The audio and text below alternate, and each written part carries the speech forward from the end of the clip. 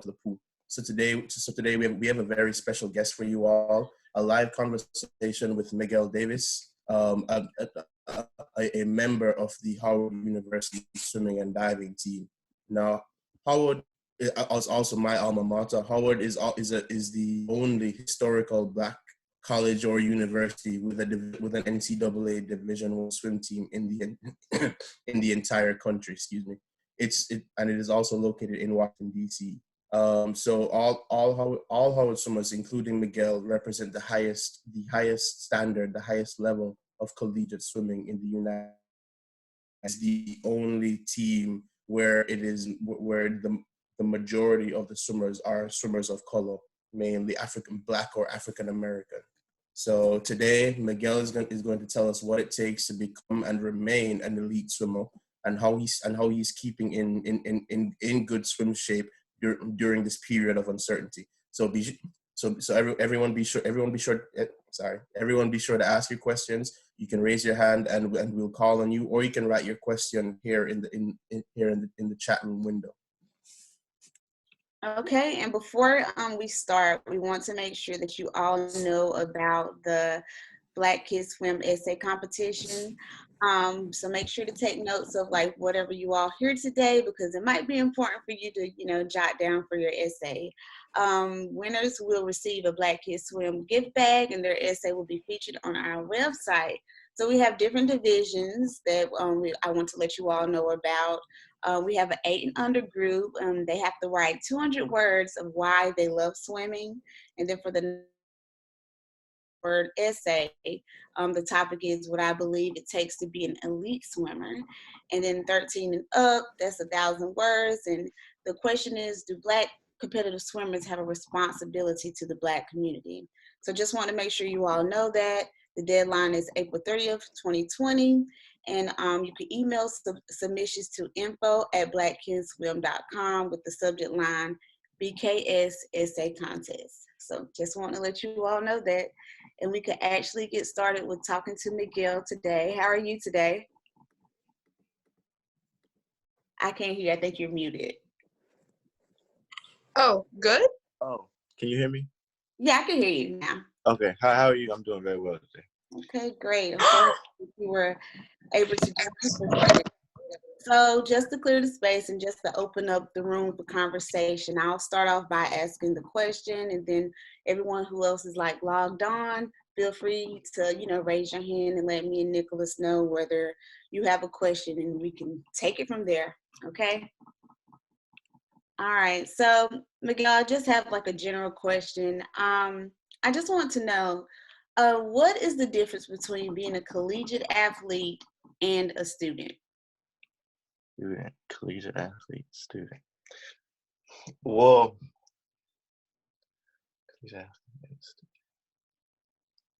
at least for me, there really is not much of it, just because I'm a student athlete. So everything from academics comes first before athletics. So Coach Nick actually pushes this a lot. If your academics, if your studies, if your schoolwork is not up to date, up to par, then you have to put the athletics on the back burner. You know what I'm saying? You have to make sure you're a student first. So that's a hard question to answer, because for me, there really is no difference. I have to be a student and an athlete. A student first always, and then an athlete. So, yeah. Okay, sounds good. Does anyone else have any other questions that they would like to ask?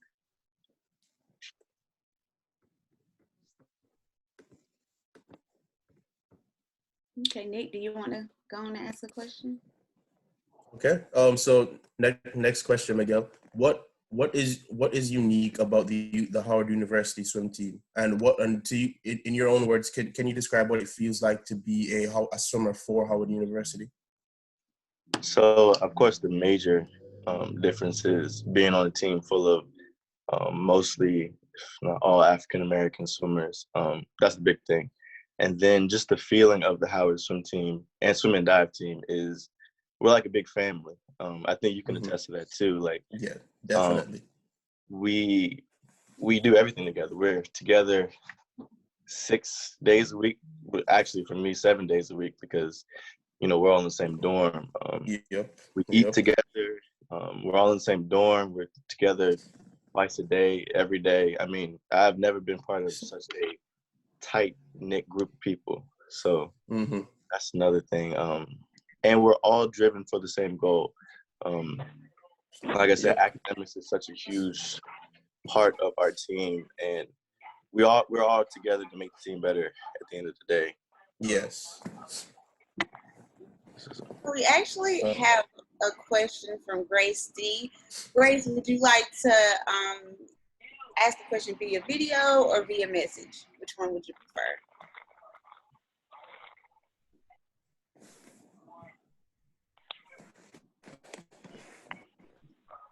Okay, so I could just go on. Sorry, I was muted. Can you guys hear me? Yes, so feel free to ask your question. So what was your adjustment like going from high school swimming to college swimming? For me, it was a huge adjustment because when I first got to Howard, I have never swam so many meters, yards in my life.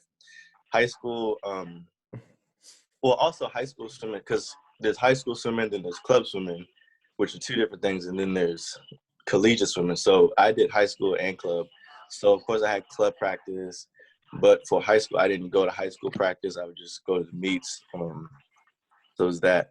But the adjustment from high school / club to collegiate was so huge because because I was part of two different teams. Now I'm part of one team, and there was so much training involved, so many new things I've never done, like different techniques, drills, sets, and then the whole time management aspect, because in college is a lot more work, but you have a lot more free time also. So having to adjust that, high school was more, it was more scheduled. High school is more scheduled, and college is more, okay, you have time, now you have to figure out the best way to use that time and, best way for you. Everyone's time management is different, but for me, the biggest adjustment was time management and the workload in and out of the pool.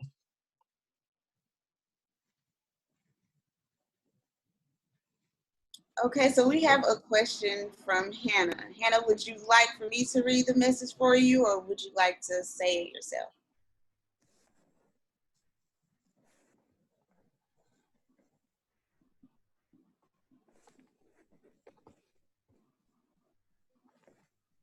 Okay, so I'm going to read it for you, Miguel.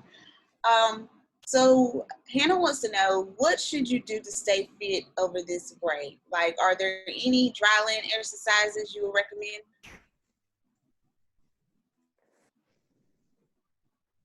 I think you're on mute again, Miguel. Am I off mute now? I can hear you. Okay. So I do a couple of things. One, SwimSwam actually released that they have free online yoga for swimmers, swimmer-specific yoga. So that's one Dryland exercise. And they have I think about 8 to 10 videos that swimmers can do that help strengthen the core and shoulders and everything. So I've been doing that. Also, just do a lot of core work, planks, hold for minutes, sit-ups, a lot of calisthenic work, a lot of stretching. Because even if we're not able to get in the pool, I'm not really able to get in the pool right now, so you have to keep your body, in shape. So as long as you're strengthening things, for swimmers, it's not really about bulking. So lifting weights isn't as important as just making sure your body is as strong as it can be. To follow up on that, tell us more about yoga, because I know from being on the team with you that that you were really into our yoga practices with Coach Jasmine and all of that. So why don't you talk more to the younger swimmers about the benefits of yoga, those who might not be familiar with it? So there's a lot of benefits, and yoga benefits different people different ways. But for me, it's 2 or 3 things. One, it strengthens your body. It's also a stress reliever for me, and it also it's a great way to stretch. So yoga, I'm not like a yogi or anything, but yoga stretches you out while also strengthening your muscles at the same time. And that's two key things that swimmers need. We need to be flexible and strong. We don't need to be the biggest person in the pool. We just need to be flexible and strong. But also, like when we would do yoga, or while we do yoga now, our yoga instructor, Coach Jasmine Payne, she also emphasizes the importance of keeping our spirit and our mind healthy too, which yoga also does. Yeah. Finding that inner peace and balancing all three things, you know, your mind, body, soul. So yeah, yoga is like the core of your health in general. All right. Um, we have a question from Jazz. Jazz, would you like to read the question, or would you like me to read it to him? Yeah, I can read it. Okay. Hello. So how has your diet changed ever since you started practicing with your school, your college team? Say it again. How has your diet changed from when you started, transitioned from high school to college swimming? So it's changed. It changed from senior high school to freshman year, and then freshman year to sophomore year. So in high school, I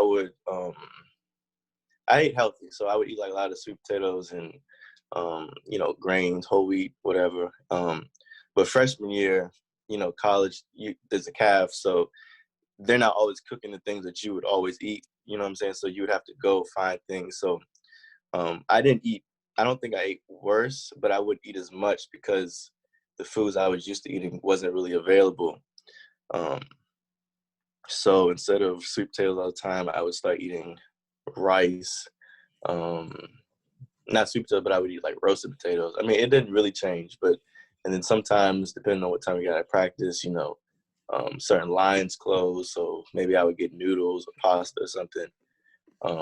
But now in sophomore year, I had a kitchen, so I was able to cook some food for myself. So I would start making salmon and chicken, grilled chicken. I would also make pasta too. So it didn't really change that much in terms of healthiness, but it just made me eat different things. Does that make sense? I would eat certain foods, but then when I came to college, I have to branch out because everything that I used to eat wasn't always there.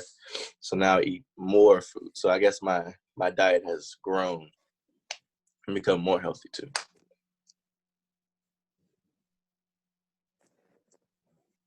Okay, sounds good.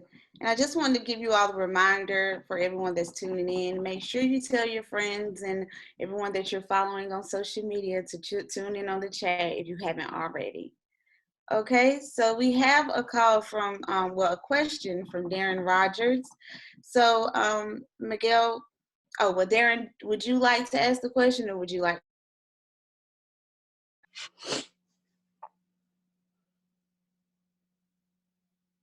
Okay, so his question is, does Howard swim team break out into different skill level groups? For example, a fly group, a freestyle group, a distance group, or any other group? Yeah, we have. So, of course, we have the fly, back, breast group. Then we have, sometimes in the morning and afternoons, we split up into men and women. Then we also do ABCD group, depending on how you can pace interval work. So ABCD, let's say A is on we're doing 2100s on 110, B is 2100s on 115, then 120, 125, ABCD. And then sprint distance is also mainly in the morning. Sometimes there's sprint, distance, and mid distance. So yeah, we break it up pretty well. And breaststroke is the heart and soul of Howard Swim and Dive team too. Yeah. Sounds good. So I guess, does anyone else have any other questions, or?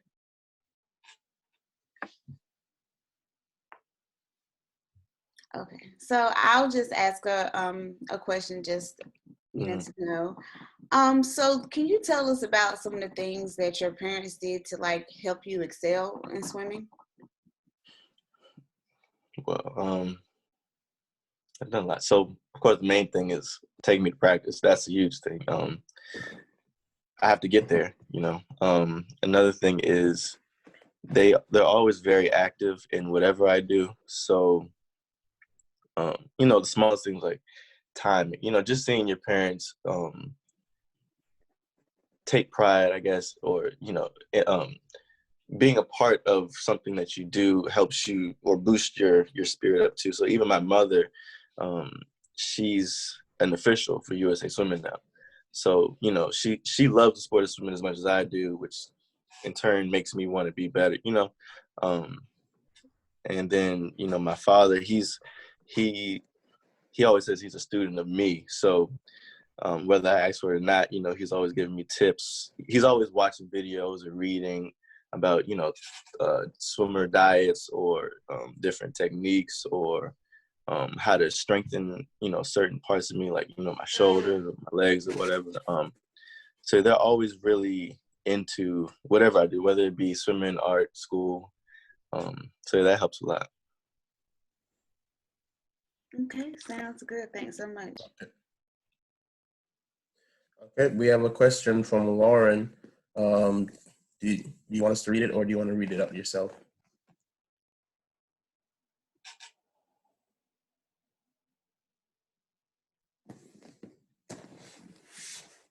She said we can read it. Oh, she said we can read. Oh, didn't even read. Sorry. Oh, so Miguel, how often do you practice a week, and for how long? Also, how do you balance practice and classes? Okay. We practice 6 times a week. I want to make sure I get to, okay, 6 times a week. So six days a week. I'm sorry. Monday through Saturday. Monday, Wednesday, Friday is about 2 hours. Tuesday and Thursdays twice a day for 2 hours each. So that's 4 hours on Tuesday and Thursday. And then Saturday for about 3 hours, 8 to 11:30. And within those hours, Monday, Wednesday, Friday, about an hour or so was dedicated to weights or dryland.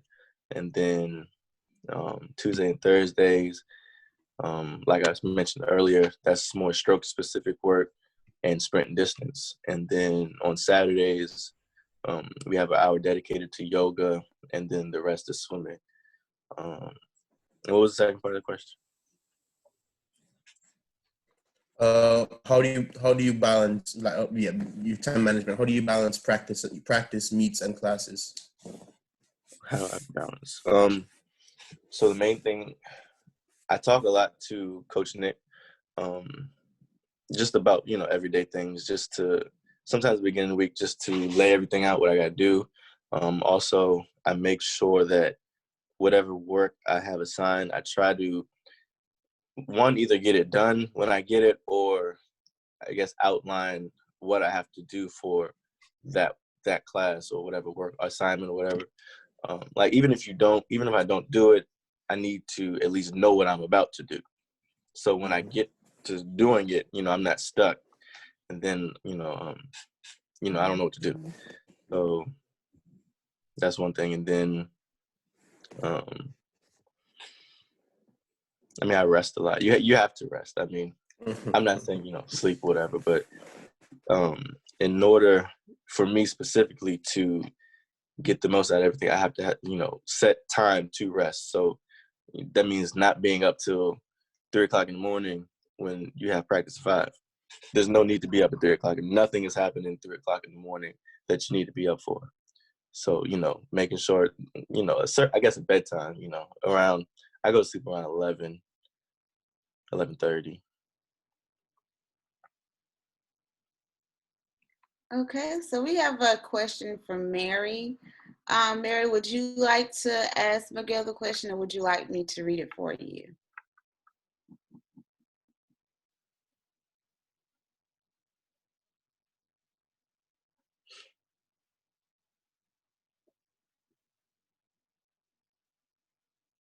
Okay, so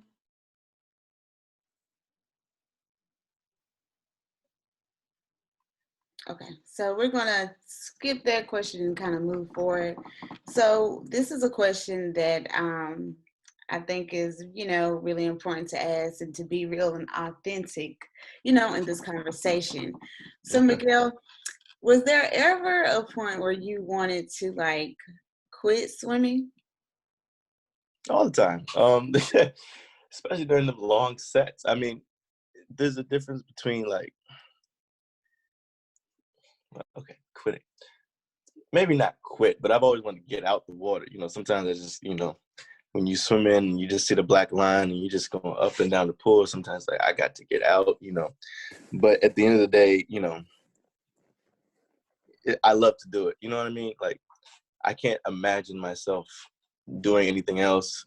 I can't imagine myself running up and down the field or, circles on the track, shoot hoops. I love swimming. So quitting, no.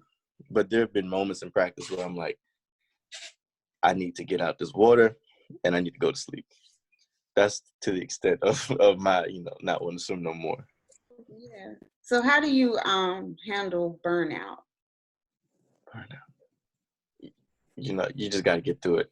For me, I'm the type of person, if I say I'm going to do something, then I'm going to see the end of it. You know what I'm saying? So, like, look, I'm going to do this. I'm going to get out. And I do it and I get out. Sometimes you just got to persevere. I mean, we have breaks. So, I mean, there's winter break, which is about a week and a half long. And then, we have a break after our conference meet into off season. So there's some breaks in between or during the season to like rejuvenate yourself. But I mean, at the end of the day, you just got to say, look, I'm here for a purpose and I'm going to see it through, Definitely. Thanks so much for that. And then also in regards to Mary's question before, we're going to ask that question at the end. Okay. So we're going to touch base on that soon, okay? Okay. All right, Nicholas, you can go. So, well, right. So, okay. So there is a question from Dr. Karen Lee Jones that I think was answered already, but the question was, do the swimmers live in the same dorm? And if you can just go into little details about what that means to attest to the camaraderie and the relationship and the bond you all share by living together. So it's yes and no. So all the swimmers do not live in the same dorm. Freshmen almost never. In my history, they haven't, but freshmen never room with or are in the same dorm as upperclassmen. So sophomore, junior, senior, I guess sophomore is upperclass. I don't know. But Coach Nick does his best to get all of the swimmers of that grade in the same dorm. So this year, most of the freshman swimmers are in the same dorm annex, and then all of the sophomore, junior, seniors are in the towers. And also, we're all on the same floor pretty much. A couple of us are on other floors, but the majority of us are all on the same floor. And yeah, like I said, that attests to the whole the family feel of the team because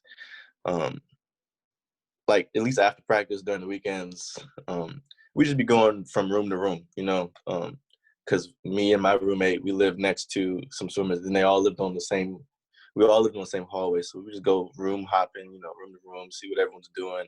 If I'm cooking eggs or something, I need pepper, I don't have pepper, I would go to 906 and get some pepper. Or even one time we all made breakfast for each other. That was nice. And then if someone's cooking and it smells like some good curry, I'm knocking on the door and be like, Keegan, open up. I want some curry chicken. But yeah, so no, we don't all live in one dorm, but pretty much, we do. Freshmen won't, but everyone else does. Okay, so we have a question from Marjorie Alston. Marjorie, would you like to ask the question, or would you like me to ask it for you? Hi, I don't know. Can you hear me? Yeah. Yes. Oh, okay, great. Thank you. I'm asking, this is actually for my daughter, who's a 9-year-old, and son, who's a 11-year-old. Which question do you want to ask? What event is most Oh, what is the most challenging event for you? For me, probably 100 backstroke. I don't even know how I thought about that. Yeah, I can't swim backstroke to save my life. I was gonna say distance, but I could swim distance. It's just a matter of me wanting to do it. But yeah, backstroke, any backstroke, it could be fit. It could be a 25 backstroke. I just it's not for me. Yeah, so anything backstroke is my worst event. Okay, and there's a second part to that question. Do you know if Howard and other universities, which type of swimmer they're looking for, or which is the most sought after? I don't know how to phrase this, but is it IM? Like both of them are strong breaststrokers, if you will. Okay. So what is it that Well, schools are you're a looking strong for? breaststroker. You got a spot on Howard anyway. But the key to being, I guess, the most sought after swimmer, I guess you're trying to say, is someone who's versatile. Coaches want to stay away from the one trick pony. Someone that just does 50, 100 freestyler. Someone who has a lot, to offer, not just one or two events. Even if you can do the 200, so 50, 100, 200, that's better than just, a 2150 freestyler. Coach Nick says that all the time. He's not looking for, I get one trick pony. So even when I came in, I was about a 3-trick pony, but now I've since I've been here, I've kind of broadened my horizon in terms of events. But yeah, the best swimmer are the ones who can sustain their own at any event, or a good number of events.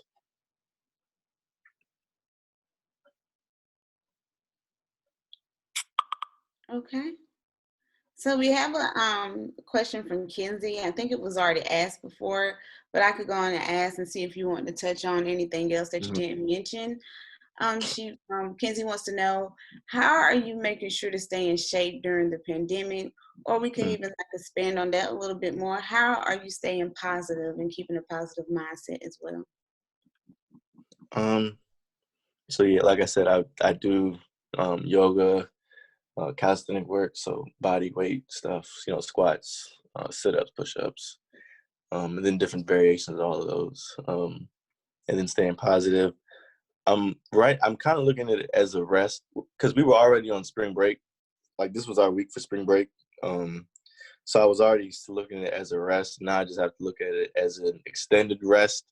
And also, I'm trying to stay focused on things that are bettering myself. So whether that means like working out, I've also started eating healthier. Also, I've been working on like artwork and stuff. I'm trying to go into the fall semester better than I was the spring semester. I have this time. I don't want to waste it. I would still be in school if it wasn't for the, coronavirus. So I'm not just going to sit here and waste time on my phone. All right. We do have another question from Jim Crampton. So Miguel, the question is, can you share your favorite, either your favorite, your hardest, or your most fun set from DC Wave, from your club swimming days, and as well as the same thing for your Howard swimming days? DC Wave Day. Oh, okay.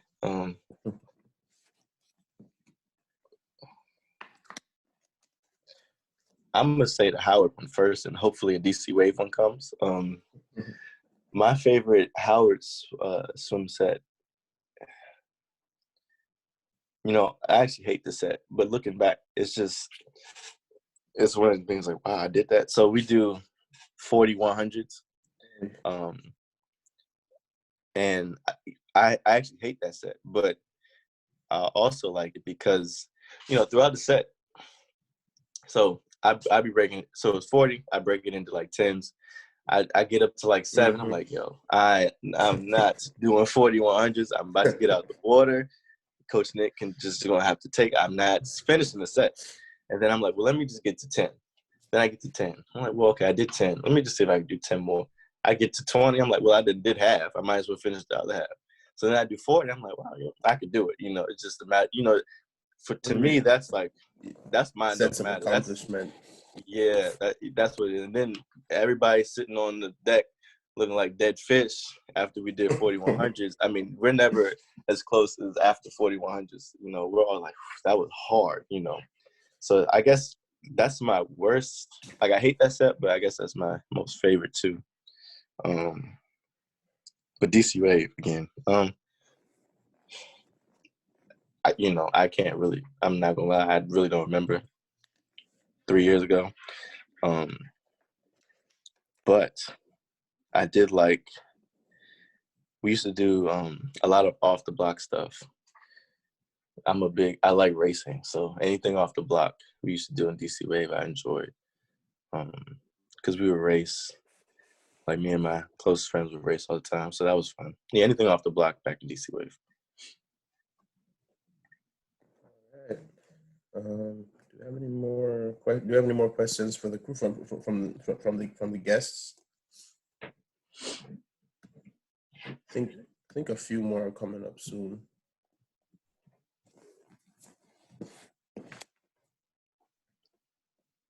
But here we go. Miguel? What is your major? Political science. And what if you know that this is a question from Darren Rogers. If you know off the top of your head, what is the fastest 100 freestyle time on the team right now? Like 45. Yeah. I think what's it? Mark Anthony Beckles. He just went 45.0. I want to say 45.09, but I'm not really sure. It is a 45 though. Okay, that's good. Yeah. And then another question. Can you describe the steps of a typical calisthenics workout that you do on your own? That what you're doing, like, for example, what you're doing right now during this stay-at-home period. So I'm doing a lot of push-ups, incline and decline. Incline works the lower part of your chest. Decline works the upper part. Planks works the core, your back, shoulders, low planks, high planks, side planks. A lot of pull-ups, chin-ups, different grips, dips. It's kind of the same machine, so you just go up, what did I say? Squats to lunges, incline, like front foot elevated lunges. That's like an isolation technique. A lot of sit-ups, V-ups, suitcases. Also, I use a band to strengthen my shoulders, external, internal exercises, because I have shoulder problems or ongoing shoulder injury. So that's another thing. I'm trying to strengthen that while I'm on break, not swimming. Yeah, that's about it. And another question. Could you describe your recruitment process and how it went and how it was? So I started my recruitment process towards the end of junior year. And that was just getting a list of schools I wanted to go to. Not necessarily just swimming, but just, wanted to go to. So I made a list, and then from the list, I would go onto each school's roster, see what kind of swimmers they have, the times, If they have any breaststrokers, sprint freestylers like myself, if they needed any. Like I said, what times they were, if they were somewhere. If I never went, well, I do, but I didn't want to go into a program where I was the fastest. Like I wasn't getting much from the program. But I also didn't want to be the slowest. You know, I didn't want to be the one, you know, having to catch up all the time. So, you know, I just wanted to be like in the mix, I guess. So from there, you know, you shorten the list. Then you start emailing coaches. You're emailing your name, what school you go to, your events, your times, why you're interested in the program or the school, what you're looking to major in, whatever extracurriculars you do too. Then hopefully they email you back, say, hi, you know, we're interested in, we'll keep looking at you, whatever. And then towards like the winter of senior year, excuse me, I went on a recruitment trip for Howard, and that's when I really got to see, or not me, but anyone, if you go on a recruitment trip, I think you should, that's when you really get to see the team dynamic, see if it's a place you see yourself at. Because, you know, pictures and postcards and, you know, facts, that's good. But in order to really know if you're a good fit, you have to go and experience something. Even if you don't go on a recruitment trip, you should at least go to the school, see it, see the people, the diversity. So I went on a recruitment trip, and that's when I knew I wanted to go to Howard. I ain't never seen a team like that before. So for me, that was it. And then that was in like November, December. Then from there, you know, you take your SAT, you send the scores too. I forgot to say that in the email. You know, you write the essays, you apply, you get into the school, then you say, oh, I want to come here. And then it's from there, you know, you sign, and then, you know, you're a recruit. All right.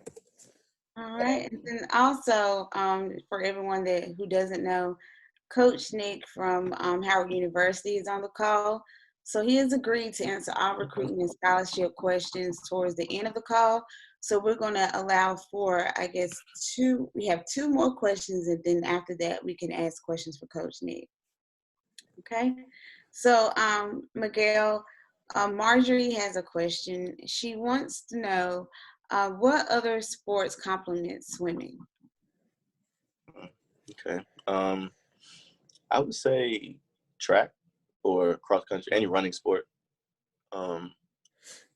We do a lot of cardio anyway. So yeah, running. I used to do, I need to get back into it. MMA, mixed martial arts, that's a lot of core strength, or Brazilian Jiu-Jitsu, all in the same realm. A lot of core strength. But it's also really physical, so you should be careful. You can't just jump into, you know, really high contact sport like that. I just been doing this since I was 4, so, you know, it's kind of second nature now. But running, any martial arts, that's all I can think of right now. I guess that's about it, yeah. But in terms of diving, I guess gymnastics, because we have a dive team too, and a lot of the divers have gymnastics background. So that's just for the divers though, maybe not for swimmers. Okay. And then next question.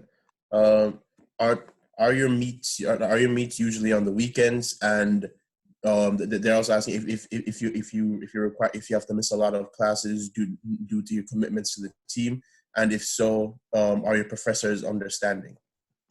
So most of them are on the weekends. Yeah, most of the swim meets are on the weekends. Some might be on Friday, but even if they're on Friday, they'd be like at 5, maybe 6. And then for a conference, that's during the week. And I've never came in contact with a professor that had an issue with me leaving. A lot of my professors actually are intrigued when I say I'm a swimmer. You know, I'd be like, oh, can you, I hand them the the release letter, saying that I won't be in class for a certain amount of time. I'm like, oh, what for? I'm like, oh, I'm a swimmer. Like, wow, you're a swimmer? I'm like, yes, I am. So yeah, no, professors really don't have, for me at least, they haven't had an issue. As long as you communicate with them that, this is what you do, you'll get the work done. Yeah, that's another thing. You have to be a good student. If you a hooligan and you try to come up and say, oh, I won't be here for, so-and-so amount of time, they're going to look at you a little crazy, like, okay, But that's why, doing your work is so important and being a good student. Okay.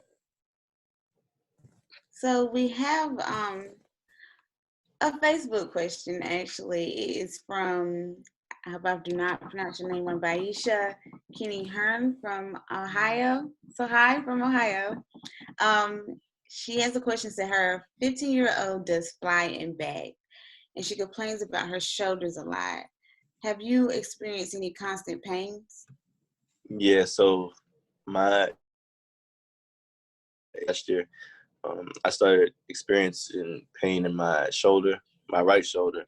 And I went to the doctor or the trainer. It's come to, like, they said it was tendonitis,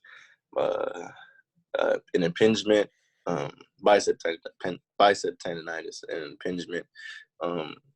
So like I said earlier, I do a lot of external, internal exercises with the band to strengthen it, because I believe what they told me is when you're like just doing this, you're overworking those muscles so much that they're almost non-existent, which means your shoulders can slip out and cause a lot of pain. So what you have to do is strengthen it back up so you could do this and not, mess yourself up.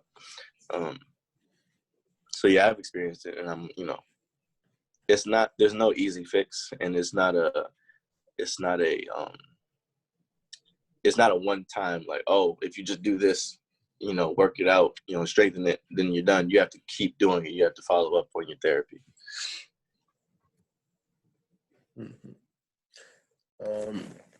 Next question. This is from Joshua Green.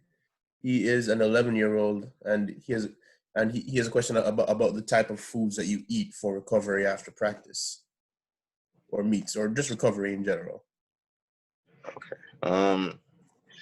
So after practice, one, I drink a lot of water. Two, sometimes we have protein shakes.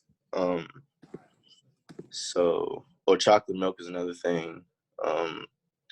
Like I said, I used to eat a lot of potatoes, pasta, a lot of chicken, salmon. I try to get a lot of protein, whole grain, whole wheat, instead of white bread, wheat bread, instead of white rice, brown rice. I don't drink milk. I said chocolate milk, but some people drink milk. I don't really drink milk. If I do drink milk, it's almond milk or oat milk. I try to stay away from dairy. But even like the protein shakes, instead of whey protein, I do either pea protein or soy protein after practice, and water. Water is the big thing. And another one. Oh, sorry. What were your? Oh, There's one more question that I think. And then, So this is the last question. So Miguel, coming into Howard, what were your SAT or ACT scores like while you were applying for enrollment at Howard? I'm gonna say this. It was enough to get in, and it was enough to get academic money. That's all that matters. It wasn't too low, and it wasn't too high, but it was enough to get in. And as long as you at least be above 1,000, 1,100. Yeah, above 1,100. Mm-hmm. You should be fine. Yeah. Sounds good to me. And then we have one more question. We have a Facebook question also that I think we missed from Tracy Freeland. Tracy wants to know, what are your goals for next season? Okay. So this is weird, but like this year I've discovered that I'm actually a 200 breaststroker. So next year I'm looking to get my 200 breaststroke time down by a good amount. 100 breaststroke too. Is this just a swimming question or in general? You can say both. Okay, so 200 breaststroke, 100 breaststroke. Also, I want to start I want to get deeper into my artwork and stuff. What else? I don't know. That's pretty much it. I just want to better myself in all my aspects, even academic. Hopefully, I figure out the direct course I want to go for my major. Political science. Hopefully, I become a lawyer. So we'll see. Also, 200 freestyle. I want to do that too. I think I can do that now too. Yeah. Not bad. Well, we wish you the best of luck for like all the goals that you're trying to accomplish. So yeah. Thank you. No problem. Okay, so we're going to open up the space. Thanks so much, Miguel.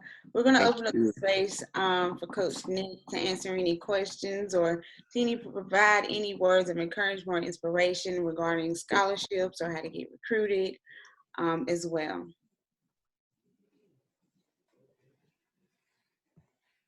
Sure.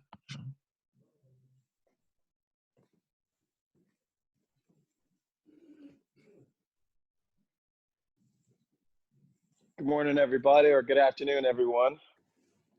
I wasn't sure if that was a direct question, if I need to just kind of blurt out random information about the recruiting process, about scholarships or anything like that. But before I go into it, I just wanted to say hello to everybody in the Black Kids Swim world, who's been an amazing supporter of the program for an incredibly long time, and we really appreciate that love. Oftentimes seeing, people from the Black Kids Swim world up in the stands at our meets, at our away meets, our home meets, constantly sending words of encouragement, and we really appreciate it. We love seeing the young ones in the stands. We love seeing the young ones' faces, during the meets and after the meets and whatnot. So we really appreciate that support, and please know that it definitely fuels us as a team, as in a program. It helps keeps us going. It helps us remember, when we were that young and how excited we were to see meets and competitions and things like that. And we're just really excited about continuing to be at this stage, to hopefully be an inspiration to those young ones and to those parents, all the way around. And I think Miguel did a great job of answering the recruiting questions and the perspectives that he had as a sophomore now in our program. One of the biggest things is making sure that you communicate. Don't be shy about reaching out to the programs that you're interested in. I think as early as your freshman year in high school, you need to start reaching out to the programs or start to create a list of what you think you want in a program. And parents absolutely have a part in this. Sometimes parents kind of step way too far back and say, hey, I'm going to let my child kind of steer the ship. But I think that's absolutely what you should do, but you also need to be involved. It needs to be a family kind of conversation, and not just letting the student or the child run everything, because they still need a lot of guidance. A lot of them have no idea or clue what they want to major in, what school they're looking for. Most of them know that, hey, I just want to get out of the house. I want to go to college because my parents told me I had to go to college. So I want to, I want to go, but I don't know what I'm looking for. So parents have a great job in doing that, and as well as the coaches in their programs have a tremendous opportunity to guide them and tell them, what the experiences are like in different situations at different schools. And also looking deeply into that student and what you think might be a good fit for them, and helping them compile that list as early as freshman year. And then definitely, taking advantage of some of the college tours that the high schools do, that the social programs do, and all those, different organizations. I know a lot of the club programs will tour some of the local universities and their swimming and diving programs and go to their meets, et cetera, so they can take a look at them. But definitely by the end of your sophomore year, you need to have a strong list that you're looking at in terms of schools. And then you need to start creating a conversation with those coaches and with those programs, sending an introduction email stating, your name, your interest, most importantly, your academic profile. And then secondly, your swimming or diving profile, listing your top 3 or 4 events and your top times, listing your goals, listing the meets that you're looking to go to or qualify for, or the meets that you plan on dropping the most time at. All that needs to be included. And then continuing to follow up on that conversation as often as possible. One thing I always advise is as parents and as as prospects, as a student, make sure you continually reach out to the program or the schools that you're interested in, even if they have not responded back to your first or second or third email. Don't take it personal. A lot of college coaches are super, super busy. The tough part about our sport is that the recruiting process, the busiest part of the recruiting process is during the busiest part of our actual competitive season.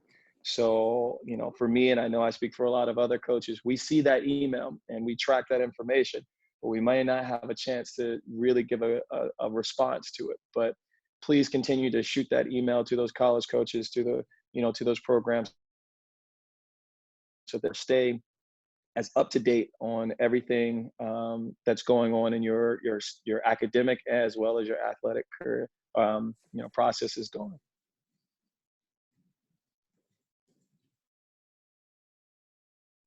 All right, Coach, we have a question asking for a friend. How often do you talk to recruits while you're in season?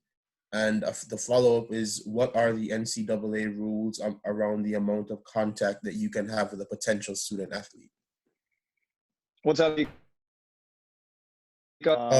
what's up? I'm good. Hope you and the family are well. Good. Yeah, we are, man. Thanks for asking. There are a lot of rules regarding NCAA and the recruiting process. Too many to go through right now in our call, but they're all listed on the website, and pay on the ncaa.org website and pay close attention, because there are different rules for Division I, Division II, and Division III schools. The difference between those 3 divisions is really how many sports that school offers. It doesn't mean that a smaller school can't be Division I, and it doesn't mean that a larger school has to be Division I. It all has to do with how many sports that university offers. Howard University is a Division I program because it offers currently 21 total sports, and the minimum to meet Division I is 14. So pay special attention. Go to the website for ncaa.org. There are all the rules and everything are listed up there for each one of the divisions, and depending on the schools that you're looking at and the amount of sports that they offer, you'll be able to find that answer.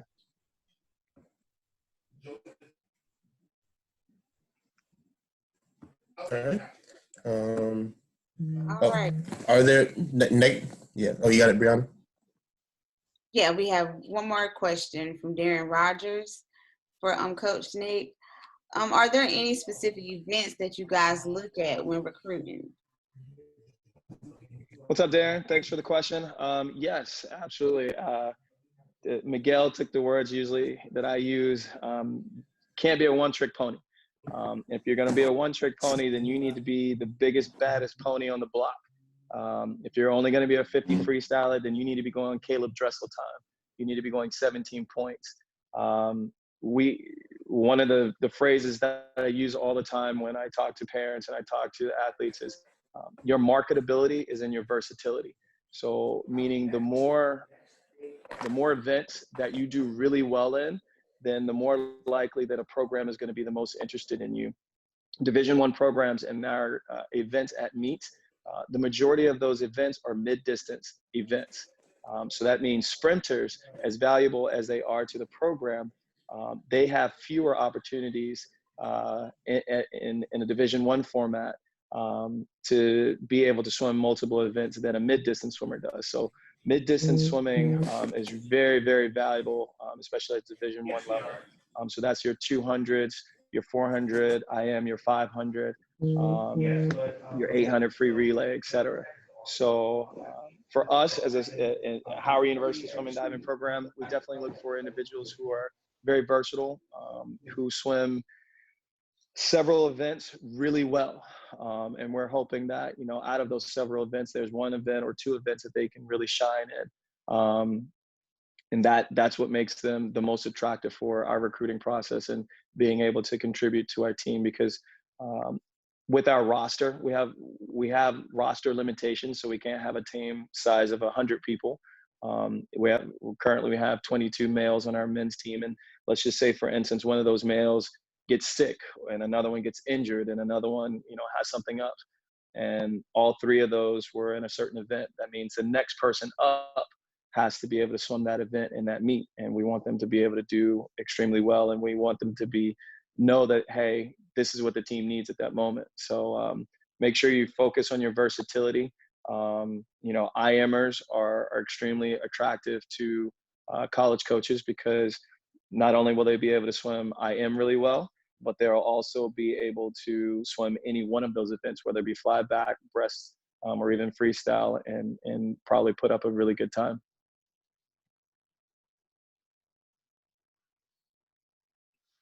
Okay, sounds good.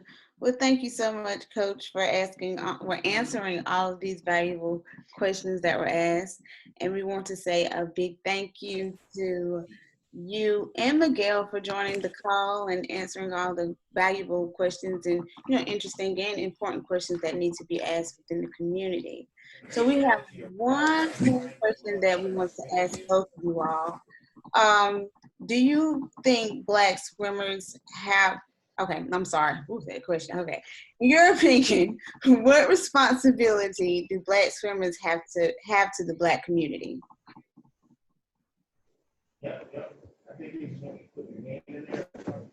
One more time, Brianna. Okay, let me try one more time. Okay. Hold on for a second.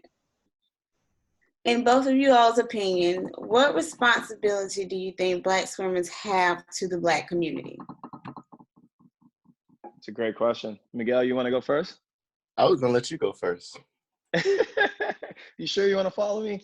All right. So my answer is really simple. I mean, as I look at what Black Kids Swim is doing just today, in this very instant, I mean, I look at some of the faces. I see Mary M, I see J-Bot, I see all these different faces on this call. I see Coach Crampton, I see Jazz, I see so many different people. Howard University is a special place and is a special swimming and diving program. And I firmly believe to be what you want to achieve, you have to see it. We love being that image that Black people not only can swim, but they can achieve at some of the highest levels.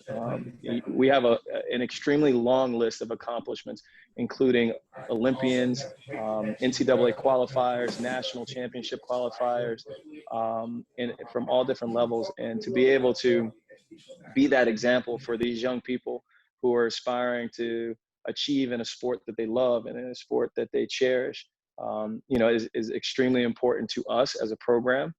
It inspires us, and I feel like our role and our responsibility is to continue to pour back into the sport that gave us so much, and to be a representation to those young people, and even to older people. We have some older people who, come by the pool or come to the meets and are just in amazement to see us. One last point, we took our team on a training trip to Bermuda last year, and a woman came by, I walked by the pool area, and her eyes were so big, her mouth was wide open. She said she had never seen this many people of color training in that pool. And she was just in amazement. And just to see that wonder and that emotion that she showed us continue to, tell us that it's important for us to be here. It's important for us to achieve, and it's important for us to be a positive example of what swimming can do in anyone's life. Your turn, Miguel.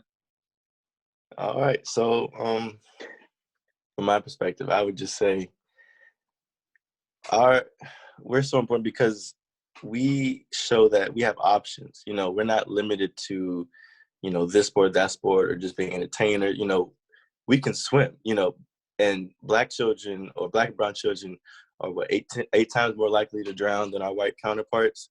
So not only, we got to fix that. That's one issue.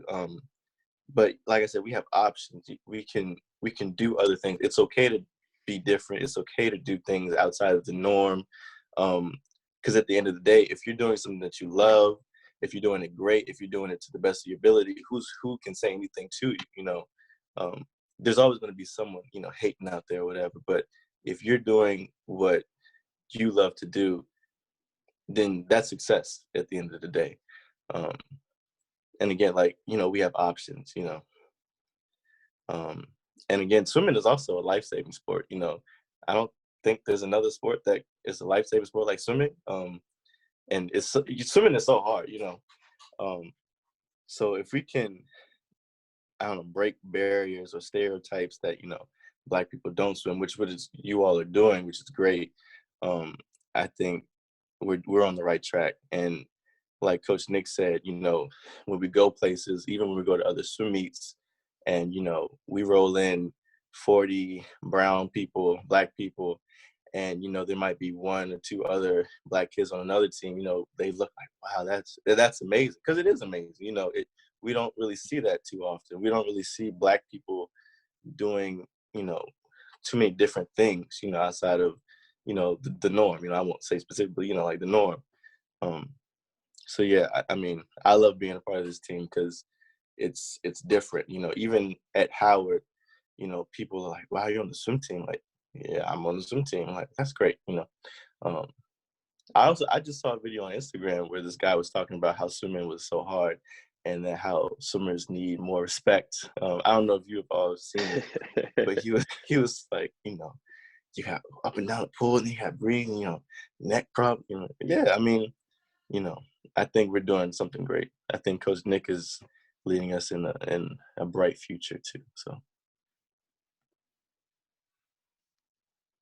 All right. Well, that was the perfect ending to this session. I want to give a huge thank you to you, Miguel, and you too, Coach Nick. If everyone can give a silent round of applause or, you know, allow one, either one that works best. We really appreciate you all so much for giving us valuable advice today. Very welcome. Okay, no problem.